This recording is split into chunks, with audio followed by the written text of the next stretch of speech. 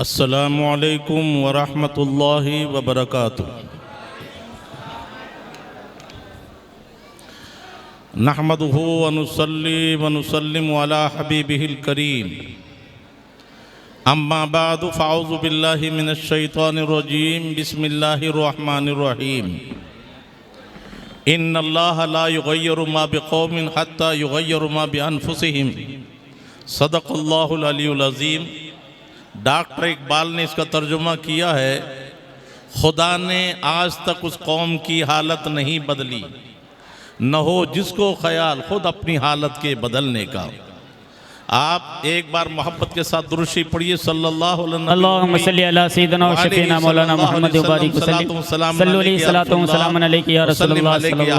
वसल्लम। अभी आप ये उठक बैठक छोड़ दें, अभी कई राउंड चलेंगे। नात खां भी आप चाहे 5 बजे तक सुनते रहना, थोड़ी देर के लिए मैं भी हाजिर हूँ। अल्लाह ताला मुझे हक कहकर आपको हक सुनकर उस पर अमल की तौफीक अता फरमा। देखिए, आप जमाने में ये देख रहे हैं कि दुनिया तरक्की कर रही है। कोई 21वीं सदी में, कोई 22वीं सदी की कोशिश कर रहा है। लेकिन ए मुसलमान, मैं तुझे सादा लफ्जों में बताना चाहता हूं, अगर तू अपनी तरक्की चाहता है तो 1400 वर्ष पीछे लौट जा। आपकी तरक्की पीछे लौटने में है। आज आपको मालूम नहीं है कि दुनिया तरक्की कर रही है, हम आसमान पे जाएंगे, चांद पे जाएंगे। वो हमारे और आप सबके आका सरकारे दो जहां सल्लल्लाहु ताला अलैहि वसल्लम 1400 साल पहले आसमानों से गुजरकर अर्श पे तशरीफ ले गए। मेरे आका सरकारे दो जहां सल्लल्लाहु ताला अलैहि वसल्लम की शान तो बहुत बुलंद है। कभी आपने अपने मकाम को समझा नहीं है। अगर अपना मकाम समझा होता, आज ये जिल्लत न होती, आज ये रुसवाई न होती। अल्लाह की इज्जत की कसम, तुझे तेरी जो परेशानियां है ये दौलत के बलबूते पर नहीं है, ये ताकत के बलबूते पर नहीं है। एक ही वजह थी, उनके जो हम गुलाम थे तो खल्क के इमाम थे, उनसे फिरे जहां फिरा आई कभी वकार से। जब तक हम नबी के सच्चे गुलाम रहे, दुनिया हमारी गुलाम रही, हमारी हुकूमत रही। कुरान आज भी कहता है, वला तहीनु वला तहज़नु व अंतुमुल आलौन इन कुंतुम मुमिनीन। हाँ हाँ, बुज़दिली न करो, सुस्ती न करो, बुलंद तुम रहोगे, तख्तो ताज के मालिक तुम रहोगे। एक ही शर्त है, मोमिन हो जाओ। आज अफसोस होता है इस्लाम पर उंगलियां उठाने वाले, और आज कहते हैं लोग हमें परेशान कर रहे। अल्लाह की इज्जत की कसम, मुसलमान कभी परेशान नहीं हो सकते। आप पहला सबक, बड़ी किताब मत पढ़ो, पहला सबक याद रख लो। अगर तुमने जिंदगी में पहला सबक याद रख लिया, बुज़दिल नहीं हो सकता, मुसलमान किसी से डर नहीं सकता। पहला सबक क्या है? पैदा होते ही तुम्हारे कान में अजान कही गई थी। क्या कहा गया था? अल्लाहु अकबर। मेरे साथ सब मिल के कहें, अल्लाहु अकबर। अल्लाह सबसे बड़ा है। वो धंधा बड़ा नहीं है, गुंडे बड़े नहीं है, हुकूमत बड़ी नहीं है, अल्लाह सबसे। मौलाना साहब, हालात खराब हो रहे हैं, सियासतदान हमारे खिलाफ हैं। ओ मेरे भाई, ये तो 5 साल के लिए बने हैं, तुम्हारी वोट लेके बने हैं, वो तुम्हारे मोहताज है, तुम उनके मोहताज नहीं हो। आओ मैं तुम्हें कहानी सुनाऊं। नमरूद है, पूरी दुनिया का बादशाह है, और तरह तनहा इब्राहिम अलैहिस्सलाम अकेले हैं। जंजीरों में जकड़ा जाता है, हथेड़ी लगाई जाती है, बेड़ियां डाली जाती है। अब जरा बता, मेरे आका ने फरमाया, जो रब का हो गया सारी कायनात उसकी हो जाती। सुभान अल्लाह, सुभान अल्लाह। तू रब का हो के तो देख।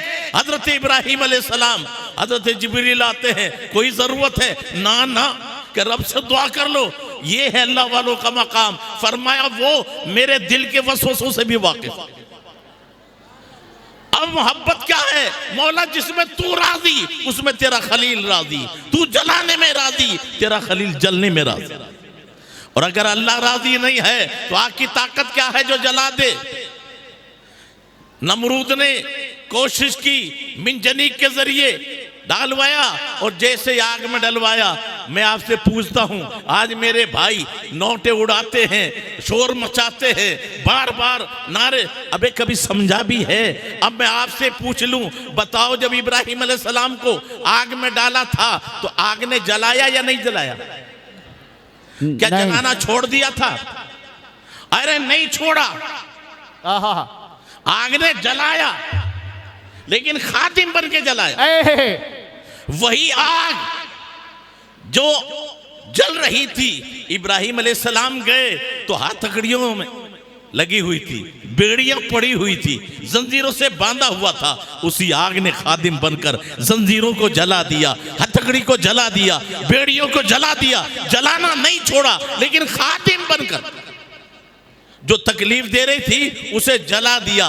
बाल नहीं जलाए, कपड़े नहीं जलाए, और जब आजाद होकर घूमने लगे तो वही अंगारे गुलाब के फूल बन गए। तभी तो डॉक्टर इकबाल ने कहा था, आज भी हो अगर इब्राहिम से ईमान पैदा, आग कर सकती है अंदाजे गुलिस्ता पैदा। तू ईमान सुधार ले, आज भी तेरे लिए आग बाग बन सकती है। सैकड़ों वाकयात हैं, वक्त में गुंजाइश नहीं। हाँ हाँ आओ, दुनिया किसकी? रब की। तू रब का हो जा, सारी दुनिया तेरी। तू रब का हो जा। अरे बताओ कहीं वाकया, फिरौन 70 लाख फौज के साथ में मूसा अलैहिस्सलाम के पीछे चलता है। मूसा अलैहिस्सलाम पहुंचे, आगे दरिया है, पीछे दुश्मन है। इतने बड़े दुश्मनों के बीच में अब मामला खराब होगा। कहा मूसा मरवा दिया, कहा इन्नल्लाह माना, इन्नल्लाह माई, मेरा रब मेरे साथ है, मेरा रब मेरे साथ है। वो 70 लाख फौज है, ये तन्हा है। ऐसे वक्त में भी जब कहा तो एक लाठी मारी, हम लाठी मारे पानी उठते, अल्लाह का नबी लाठी मारे तो बारे दरिया पर रास्ते पैदा हो जाए। ये नबी के मुक्तदी हैं। और जब मुक्तदी का पावर इतना है तो इमामुल अंबिया का पावर कितना होगा? 12 रास्ते हो गए, सब चले गए, फिरौन आया, गर्क हो गया।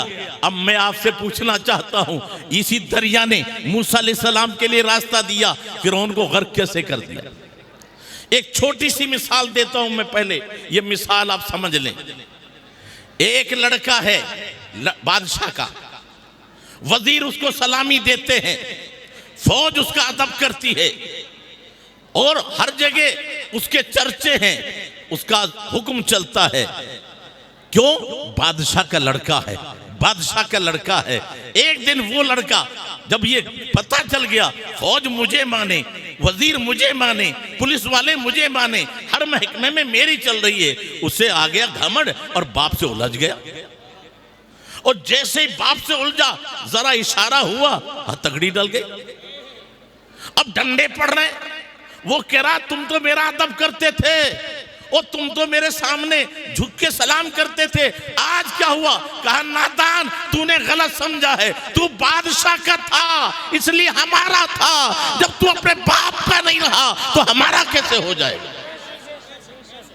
ये कायनात रब की है। जब तक तू रब का था सारी कायनात तेरी थी।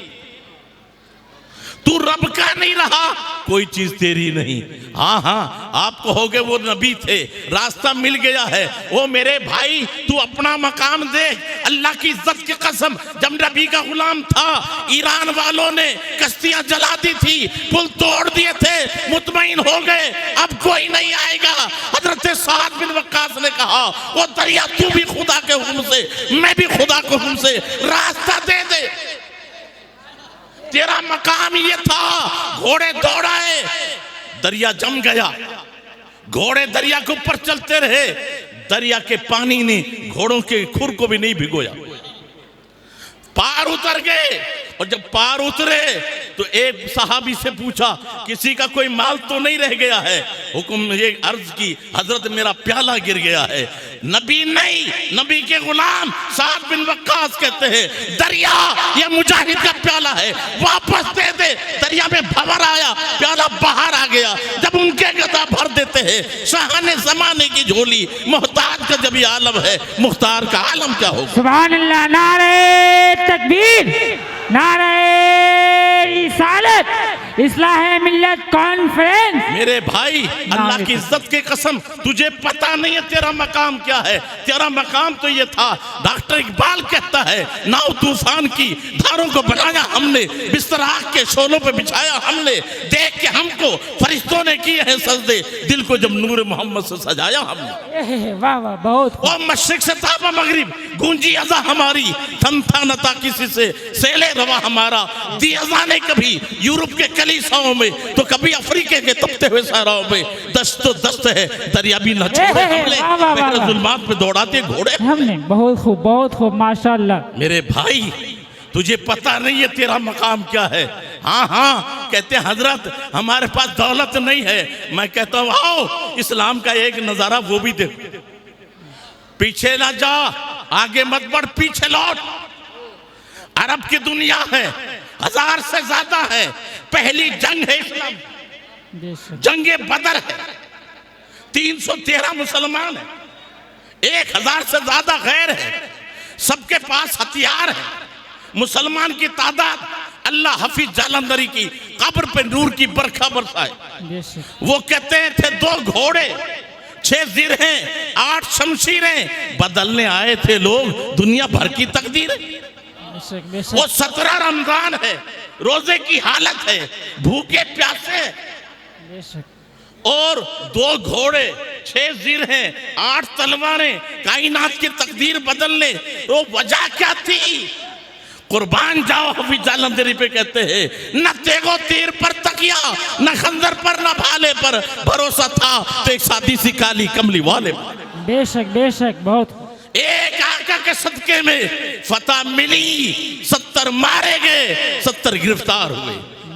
तभी तो डॉक्टर इकबाल ने कहा था कल 313 थे कि लरसता था जमाना, आज होके करोड़ों है गुलामी के हवाले। कोई तो वजह है, क्या बिगड़ गया तेरा? मैं थोड़ी देर खुदा का वास्ता लेकर, मैं उठक बैठक का कायल नहीं हूं, न मैं हुआ करवाना चाहता हूं। खुदा के लिए एक बात सुन लो मेरी, ईमान के बगैर कुछ है नहीं। अरे बोलो भाई। और ईमान किसको कहते हैं? यकीन। लुगत में ईमान का माना है यकीन, जरा भी शक है तो कुफ्र। अब ईमान इस्तिलाह शरीयत में किसको कहते हैं? अत-तस्दीक़ बिमा जाअ नबी सल्लल्लाहु अलैहि वसल्लम, जो अल्लाह के नबी लेकर आए उसको दिलो जान से मान लेने का नाम ईमान है। अब ईमान है तो मोमिन हो, ईमान नहीं है तो बताइए। मैं आपसे पूछना चाहता हूं, शरीयत मुकद्दम है कि तबीयत? अरे बोलो भाई, शरीयत मुकद्दम है। आज हम हुकूमत को बदनाम कर रहे हैं, झूठ बोल रहे हैं। इस्लाम ने कहा है कि तलाक बुरी चीज है। इस्लाम ने क्या कहा है? मैं पूरी तफसील तो नहीं, एक बुजुर्ग का वाक़या ज़हन में बिठा लो, जिनको अबुल हसन खरकानी रहमतुल्लाह अलैह कहते हैं। उनकी बीवी जो है, उनकी बीवी बड़ी बदलगाम थी। मुरीद पहुंचे और कहा उसके पास क्या है? वो कटी सुनाई, कटी जली सुनाई, वो चल दिए। इधर अबुल हसन खरकानी रहमतुल्लाह अलैह जब ज्यादा माल लकड़ियां हो गई तो अल्लाह के नबी फरमाते हैं जब कोई मदद न मिले तो कहो या इबादल्लाह आयुनुनी, तो गैब से कोई फरिश्ते आ जाएंगे। ये मुरीद भी जा रहे थे वहीं के, इतने में एक शेर आ गया। अबुल हसन खरकानी रहमतुल्लाह जो अपना खर्चा लकड़ियां चुन कर लाते थे तब अपना खर्चा चलाते थे, लेकिन उनका मकाम क्या है? जब महमूद गजनवी आए थे ना तो अपना कुर्ता दिया था, और उनके कुर्ते के सदके में जो फतह मिली थी ना, कहा ओ महमूद बहुत सस्ता बेच दिया, अगर पूरे हिंदुस्तान के ईमान वालों का गैर को सौदा करता तो ईमान वाले हो जाते। बेशक बेशक बेशक। वो अबुल हसन खरकानी रहमतुल्लाह अलैह पूछा, हजरत आप यहाँ? कहाँ बेटा? कहा घर से आए होगे तुम। कहाँ से आए? घर से। तो कहा हजरत समझ में नहीं आता, इतनी बदअखलाक औरत और आप जैसी हस्ती, और आपने रख रखा है। ओ मेरे नौजवानों, खुदा का वास्ता, कहा अगर सुनना चाहता है ओ मुरीद सुन ले, ये जो मकाम मिला है उसी का सदका है। बेशक। अब आपकी समझ में नहीं आया अभी, इतनी बदजबान औरत का सदका। कहा क्यों? कि शरीयत में अल्लाह को सबसे जायज चीजों में नापसंद चीज तलाक है, और वो बदअखलाक है, मेरे पैर की जूती है, जब चाहे निकाल दूं, लेकिन इसलिए कि मेरा रब को पसंद नहीं है तलाक। बेशक। मैंने उसे अपने घर में रखा, तलाक नहीं दी। अल्लाह ने इसी वजह से मुझे इतनी बड़ी विलायत अता फरमाई। बेशक बेशक। अब जरा गौर करो, बात बात में हम तलाक दे रहे। अरे बोलो, दे रहे कि नहीं दे रहे? अच्छा, यहां एक मसला और सुन लो जिससे ईमान को खतरा हो गया। ना हम उस कानून को मानते हैं ना मानेंगे, याद रखना। 3 तलाक हमारे नजदीक भी गलत है। इस्लाम ये कहता है जब तुमने जोड़ने गए थे तो पूरे रिश्तेदारों को लेके गए थे, इमाम को लेके गए थे, सब जोड़ने गए थे ना। जब तोड़ने का वक्त आया तो इमाम साहब को तो बुला लिया होता कि जी मैं तोड़ना चाहता हूं। जोड़ते वक्त में पूरी बारात ले गया, तोड़ते वक्त बाप से भी मशवरा नहीं किया। अब होता क्या है, एक साथ 1 2 3 तलाक दे दी। अब 3 तलाक इस्लाम में इतनी बुरी चीज है कि इसकी सजा रखी कि कोई मर्द ये पसंद नहीं करता कि मेरी औरत गैर के साथ जाए, तो ना पसंद करेगा तो कभी कोई 3 तलाक नहीं देगा। अब जब मौलवी से मशवरा किया होता, काजी के पास गया होता, तो काजी साहब कहता नहीं मानता है तो 1 दे दे। शोर मचेगा, इकट्ठे होंगे, तो फिर कहेगा मौलाना के पास चलो, तो मौलाना कह देंगे अभी रास्ता है, ये 1 तलाक दी है, ये तलाक रजी है, बगैर निकाह के अपनी बीवी ले जा, लेकिन अब 2 का मालिक। अब 2 दे दी तो फिर रास्ता नहीं। फिर अगर दूसरी भी दे दी तो फिर भी होश में आ जा, अब तुझे मौका नहीं है। अब कुरान कहता है अत्तलाक़ मर्रतान फ़इम्साकु बिल मारूफ और तसरीह बिइहसान। अब 2 के बाद गुंजाइश नहीं है, तो अब छोड़ दे। 2 तलाक देकर आपने छोड़ दिया, रजत नहीं की, वो अपने घर, तू अपने घर। तीसरी का जिक्र मत कर। अब वो निकाह करना चाहे कहीं कर सकती है, तू निकाह करना चाहे तू भी कर सकता है। लेकिन अगर 1-2 साल बाद उसे फिर होश आया कि मैं पहले मर्द के साथ रहना चाहती हूं, तो अब इसमें गुंजाइश है कि तू दोबारा भी अपने शोहर के निकाह में आ सकती है।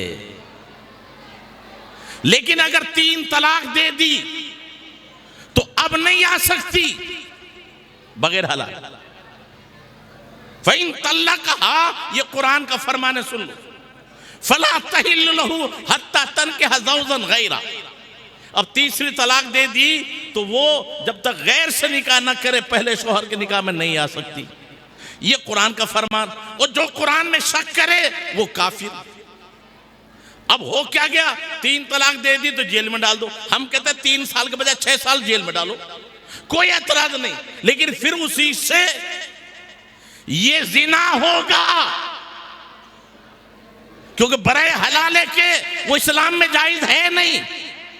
और सजा भी तुमने दे दी, अगर जुर्म हुआ है और सजा दे दी तो फिर उसी को उसके निकाह में क्यों रखने पे मजबूर करो? ये इस्लाम के साथ साजिश है। बेशक। मोमिन अपनी जान दे सकता है, जहां ईमान की बात आएगी वो ईमान का सौदा नहीं करेगा। तो अब गलती हमारी है कि जब ऐसा परेशानी है तो हम जिंदगी में 3 तलाक का नाम ही ना लें। तीसरी तरफ ईमान, बताओ कितना हमारा ईमान है। ईमान पहले शर्त है ना। तलाक दे दी, इद्दत का खर्चा है इस्लाम में। वकीलों ने बाप को बहकाया कि तू मुकदमा लगा दे, तेरी बच्ची को जिंदगी भर का खर्चा मिलेगा। वो कलमा पढ़ने वाला बज़ाहिर नबी का गुलाम है, वो गया अदालत में। अब बताओ अदालत में जो मुकदमा लड़ रहा है किसके खिलाफ? कुरान के खिलाफ। कुरान तो कहता है इद्दत के अलावा खर्चा नहीं, और तू अदालत से ले रहा है। अब जब तूने कुरान को ठुकरा दिया, चाहे वो मौलवी हो या मुफ्ती हो या आम आदमी हो, उसका ईमान गया। और जब ईमान गया तो निकाह भी गया। अब वो अपने घर में जिना कर रहा है। अब जो जो उससे ताल्लुक रखेंगे उनका भी ईमान नहीं रहेगा। अब अपना अपना ईमान बताओ कितने लोग हैं? 3 तलाक देकर फिर भी रख रहे हैं। और कुरान कह रहा है, मेरे आका ने फरमाया लोग कुर्बे कयामत अपनी औरतों से जिना करेंगे। सहाबा ने अर्ज किया, हुजूर औरतों से जिना, कहा उनका ईमान नहीं रहेगा तो निकाह भी नहीं रहेगा। अब 3 तलाक देकर उसकी बीवी नहीं और रख रखी है। और हम कह रहे मेरा भाई है, कोई मेरा भांजा है, कोई कह रहा मेरा भतीजा है। अब कुरान तो कहता है नसीहत आने के बाद उससे ताल्लुक मत रख, उससे अलग हो जा। अब जो उसके साथ रहेंगे मुसलमान रहेगा? जब भी तो डॉक्टर इकबाल ने कहा था, शोर है हो गए दुनिया से मुसलमान नाबूद, मैं ये कहता हूं कि थे भी कई मुस्लिम मौजूद, और सूरत में तुम नसारा तो तमद्दुन में हुनूद। ये मुसलमान हैं जिन्हें देख के शर्माए यहूद। यूं तो सैयद भी हो, मिर्जा भी हो, अफगान भी हो, तुम सभी कुछ हो, बताओ तो मुसलमान भी हो। बेशक बेशक। हमारे पास नमाजें हैं, हमारे पास मस्जिदें हैं, लेकिन ईमान हमारे पास नहीं।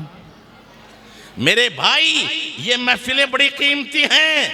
इस्लाम ने ये भी सिखाया है कि मर जाए तो उस वक्त तुम्हें क्या कहना है। सिर्फ नमाज नहीं सिखाई। मौत हो गई जवान आदमी की, हमारी माँ बहनें नौजवान, ए अल्लाह अभी तो इसका मरने का वक्त नहीं था, इसके छोटे छोटे बच्चों पे भी तरस नहीं आया। माज़ अल्लाह, वो अल्लाह को जालिम कह रही है। और जब अल्लाह को जालिम कहा, ईमान गया। अब बताइए, आइए ताज़ियत करने, ईमान खो बैठी। तो कुरान कहता है ऐसे वक्त में भी इस्लाम सबको सिखाता है, अपने बच्चे बच्चों को सिखाओ। ऐसा वक्त आए तो मोमिनों की शान क्या फरमाइए, इज़ा असाबतहुम मुसीबा क़ालू इन्ना लिल्लाहि व इन्ना इलैहि राजिऊन। जब भी उन्हें मुसीबत पहुंचती है तो यही कहते हैं हम सब अल्लाह के हैं और एक तरफ अल्लाह की तरफ लौटना है। बेशक बेशक। मेरे भाई, नमाज, हज, ज़कात ये हमारी ड्यूटी नहीं है। ये भी सुन लो, जैसे हमारे जिस्म की ग़िज़ा है खाना पीना, ऐसे ही हमारी रूह की ग़िज़ा है ज़िक्र इलाही। हमारी ड्यूटी 2 हैं जिनमें हम पीछे हट चुके हैं, और वो क्या है, कुंतुम खैरा उम्मत उखरिजत लिन्नास तामुरून बिल मारूफ व तनहौना अनिल मुनकर। तुम्हारी ड्यूटी है भलाई का हुक्म दो, बुराई से रोको। आज बताओ, आज हमारे यहाँ पर कितने लड़के हैं जो नशा कर रहे हैं, कितने लड़के हैं जो जुआ खेल रहे हैं। अब बता, तू मुसलमान होकर तेरे नबी ने क्या ड्यूटी लगाई, मन रा मिनकुम मुनकरन फलयुगय्यिरहु बियदी। जो भी तुम में बुराई देखे, ये नहीं मुफ्ती साहब देखे, मौलवी साहब देखे, पीर साहब देखे, जो भी तुम में बुराई देखे हाथ से रोक। इतनी ताकत नहीं है जबान से रोक, और इतनी भी ताकत नहीं है तो दिल से बुरा समझकर उससे अलग हट जा। ये अज़फुल ईमान, ये ईमान का आखिरी दर्जा है। बेशक बेशक। अब बताओ, आखिरी दर्जा ईमान का, बुराई से अलग हट जाओ। जो शादी हो रही है, बताओ शादी नबी की सुन्नत है कि नहीं? अरे बोलो भाई। अच्छा, फातिमा तो ज़हरा से बढ़कर किसी की बेटी है क्या? मौला अली से बढ़कर किसी का बेटा है क्या? तो मेरे आका ने अपनी बेटी की शादी सादगी से की। अब बताओ, एक मुसलमान होकर अगर बैंड लाता है, बाजा लाता है, वो नचाता है, अब बताओ नबी की सुन्नत की मजाक बनाने वाला मुसलमान रहेगा? अब कुरान क्या कह रहा है? वला तावनु अलल इस्मि वल उद्वान, गुनाह और ज्यादती पे मदद न करो। अब इसमें हम सारे मौलवी, सारे काजी आ गए। अगर ये अपना ईमान बचाना चाहते हैं तो साफ कह दें, जो नबी की शरीयत के खिलाफ तरीके से बारात लेकर आ रहा है, जो बाजा बजा रहा है, हम उसका निकाह नहीं पढ़ाएंगे। बेशक बेशक। अरे बोलो, ये हक है कि नहीं है? और अगर वो पढ़ा रहे हैं तो उनका ईमान बचेगा? को गुनाह की मदद कर रहा है, वो खुलेआम नबी की सुन्नत, निकाह नबी की सुन्नत है, और नबी की सुन्नत पर तू बैंड बाजे बजा रहा है, नबी की सुन्नत की मजाक बनाना, आतिशबाजी, चाहे शबे बरात पे हो, चाहे ईद मिलादुन नबी पे हो, चाहे शादी के मौके पर हो, ये आतिशबाजी हराम है, हराम है, हराम है। बेशक। ये नमरूद का तरीका है। अब बताओ, फिजूल खर्ची हराम है ना, तो पैसे में आग लगाना अच्छा है क्या? तो पटाखों में आग लगाना क्या है? फिर हमारे माँ बाप आंखें बंद करके बैठे हैं, और कौन से नौजवान, मौलाना साहब हमें क्या है, कोई कर रहा तो करने दो। वो तेरी बोली नहीं है। जब नमरूद बदमाशी कर रहा था, इब्राहिम अलैहिस्सलाम खामोश रहते तो कौन बचाता दीन को? जब फिरौन बदमाशी कर रहा था, अगर हजरत मूसा अलैहिस्सलाम मैदान में ना आते तो कौन बचाता दीन को? जब यजीद सर्कस हुआ था, अगर इमाम हुसैन मैदान में ना आते, तू हुसैनी है, तुझे मैदान में आना होगा। और बहुत सादा सी मिसाल बता दूं मैं आपको। पहले हमारे यहां पानी बहुत कम होता था, दूर से पानी लाते थे, लेकिन आग लग जाती किसी घर में तो सब के सब पानी लेके टूट पड़ते और बुझाते। कोई कहे ये दुश्मन का घर है, तुझे इतना प्यार क्यों आ गया? मौलाना साहब, ये आग है, आग दोस्त दुश्मन को नहीं देखती। मई जून की हवा चल रही है, ये जब उड़ेगी तो सबके घर जलेंगे। तो अब अगर अपने घरों को बचाना है तो उसको बुझाना होगा। मेरे भाई, ये बुरी रस्में, ये गंदी आदतें उस आग से खतरनाक है।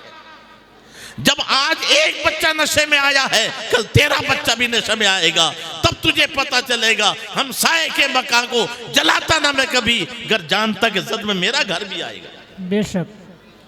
मेरे भाई, खुदा के लिए कुरान ने जो कहा है, इन्नल्लाह ला युगय्यिरु मा बिकौमिन हत्ता युगय्यिरु मा बिअनफुसिहिम, अगर तुम्हें अपनी हालत बदलना है तो पहले अपनी हालत बदलो। खुदा उस कौम की हालत नहीं बदलता जिसको खुद अपनी हालत के बदलने का शऊर न हो। मैं सिर्फ एक वाकया जहन में आपको बिठाना चाहता हूँ। आप देखिए कि हमें बचना है तो कौन सी चीज़ बचाती है? क्या हथियार बचाएंगे हमें? क्या दौलत बचाएगी हमें? मेरे राव सबके आका रावी हैं। बनी इस्राइल का जमाने का वाकया है, मैं उसका मफहूम बता रहा हूं। बरसात का दौर था, एक गुफा में चले गए, ऊपर से चट्टान आ गई। अब बताओ, तीनों अंदर हैं, पूरी ताकत लगाएं, चट्टान हिल भी नहीं सकती। जब इतनी बड़ी चट्टान, मौत नजर आ रही है, अब उन्होंने अगर ताकत इस्तेमाल की तो किस चीज की? कहा कि अब तो मौत यकीनी है, हाँ अपनी नेकियां याद करो। ये अल्लाह के नबी रिवायत फरमा रहे। बनी इस्राइल का वाकया है। एक आदमी ने कहा, ए अल्लाह, मेरी चचाजाद बहन थी और मुझे उससे इश्क हो गया था, और मैं एक दिन गुनाह के बहुत करीब जा चुका था। उसने कहा, अल्लाह से डर, मैं खुदा के खौफ से गुनाह से बच गया। अगर वो नेकी तेरे यहाँ कबूल है तो ए अल्लाह, इस मुसीबत से कुछ नजात दे दे।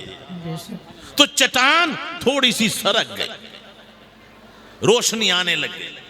अब दूसरे ने कहा, ए पाक परवरदिगार, मेरे यहाँ एक मजदूर आया था और वो मजदूर अचानक चला गया, उसकी मजदूरी रह गई। जब नहीं आया तो मैंने उसकी मजदूरी से कुछ खरीद कर आखिर बकरियां बना दी। फिर बकरियों में बरकत इतनी हुई वो रेवड़ हो गया बहुत सारा। मौला मैं चाहता तो उसकी मजदूरी दे देता, लेकिन जब वो कई सालों के बाद आया तो मैंने उसे पहचान लिया और कहा ये सारा रेवड़ तेरा है। वो कहने मजाक ना कर। कहा नहीं भाई, तेरी मजदूरी मैंने इधर लगा दी, अल्लाह ने बरकत की, अब मेरा हक इसमें नहीं है। मौला तेरी रजा के लिए मैंने सारा रेवड़ उसे दे दिया, अगर तेरे यहाँ कबूल है तो हमें छुटकारा दे। बेशक। उससे और चट्टान खिसक गई लेकिन निकल नहीं सकते थे। अब तीसरा आदमी आता है, मौला मैं बकरियां चराता था, बरसात हो गई, दस्तूर ये था मेरे बच्चे थे, मैं घर आता दूध दूहता, मेरे बूढ़े माँ बाप थे, पहले बूढ़े माँ बाप को मैं खिदमत करता, उनका पेट भरता, जब वो पेट भर जाता उसके बाद अपनी औलाद को मैं खिलाता पिलाता। वो दिन था बरसात का, लेट हो गया, माँ बाप सो गए, मैंने दूध दुहा, बच्चे मेरे पैरों में भूख से लिपट रहे थे। मैंने कहा नहीं, मैं अपने माँ बाप से पहले तुम्हें नहीं खिलाऊंगा पिलाऊंगा। मौला तू जानता है दिलों का भेदी है। माँ बाप सो गए, मैंने जगाना मुनासिब न समझा, जब वो जागे तो मैंने पहले उनको दूध पिलाया, फिर अपनी औलाद को पिलाया। मौला तेरे नजदीक कबूल है तो निजात दे दे। हदीस में है पूरी चट्टान गायब हो गई। बेशक बेशक। अब बताओ मेरे आका ने फरमाया वो तेरी हिमायत तेरी मदद तो तेरी नेकियां है, तू समझता है खाली हाथ आया है, ये तेरी भूल है। ना खाली हाथ आया है ना खाली हाथ जाएगा। फर्क इतना समझा नहीं तूने। जब तू दुनिया में आया था तो एक बाजार में जाते हम 100 रुपया ले, वहां से हमने चीनी ली, दाल ली, सब्जी ली। अब बताओ 70 रुपए का सामान ले लिया, कितने रुपए बचे? 30 रुपए। 70 रुपया किसका है? बढ़िया का, तेरा कुछ नहीं है ना उसमें। यहां हम आए थे, दुनिया बाजार अमल है और तेरी जिंदगी पूंजी है। अब इस जिंदगी में जो अमल कर ले वो तेरा। अब मैंने पूछा बाबा कितनी उम्र है? कहा कि 50 साल। ओ झूठ मत बोल, 50 साल तो गए, जैसे 70 रुपए गए 50 साल तो गए, तेरा तो जो बचा है वो बैलेंस तुझे पता नहीं। भाई 100 रुपए में पता था 100 रुपए हैं तो 30 बचे, हमें तो बैलेंस ही नहीं मालूम।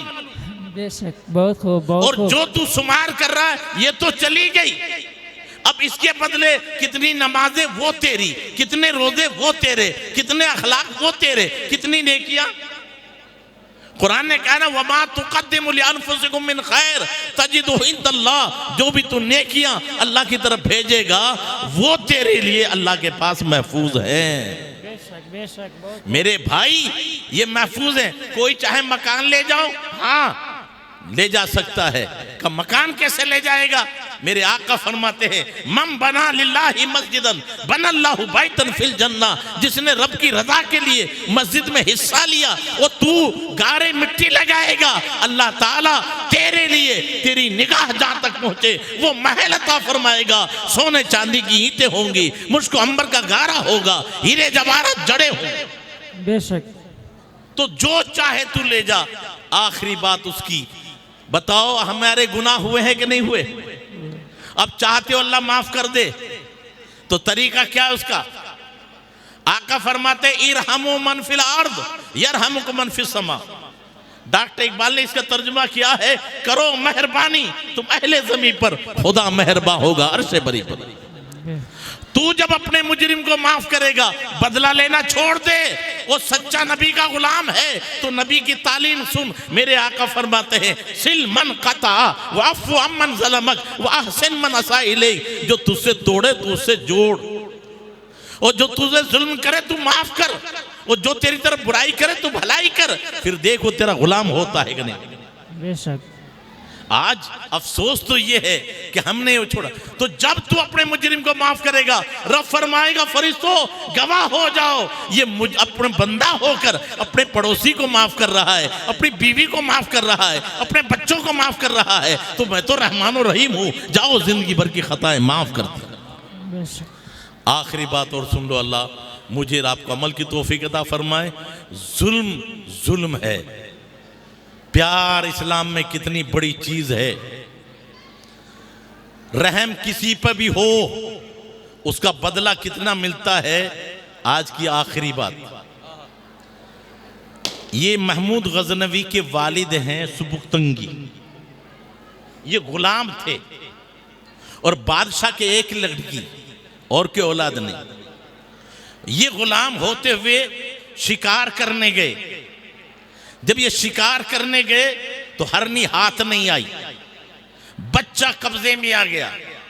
सुबुक्तंगी ने बच्चा को पकड़ा, अपने आगे बिठाया, वापस लेके चल दिया। मां की ममता क्या होती है, फौरन हरनी पीछे पीछे दौड़ने लगी।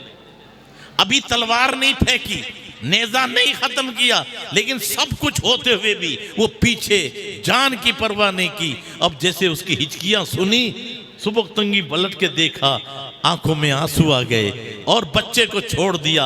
हरनी ने बच्चे को गले से लगाया, आसमान की तरफ देखा, क्या कहा वो जाने, उसका रब जाने।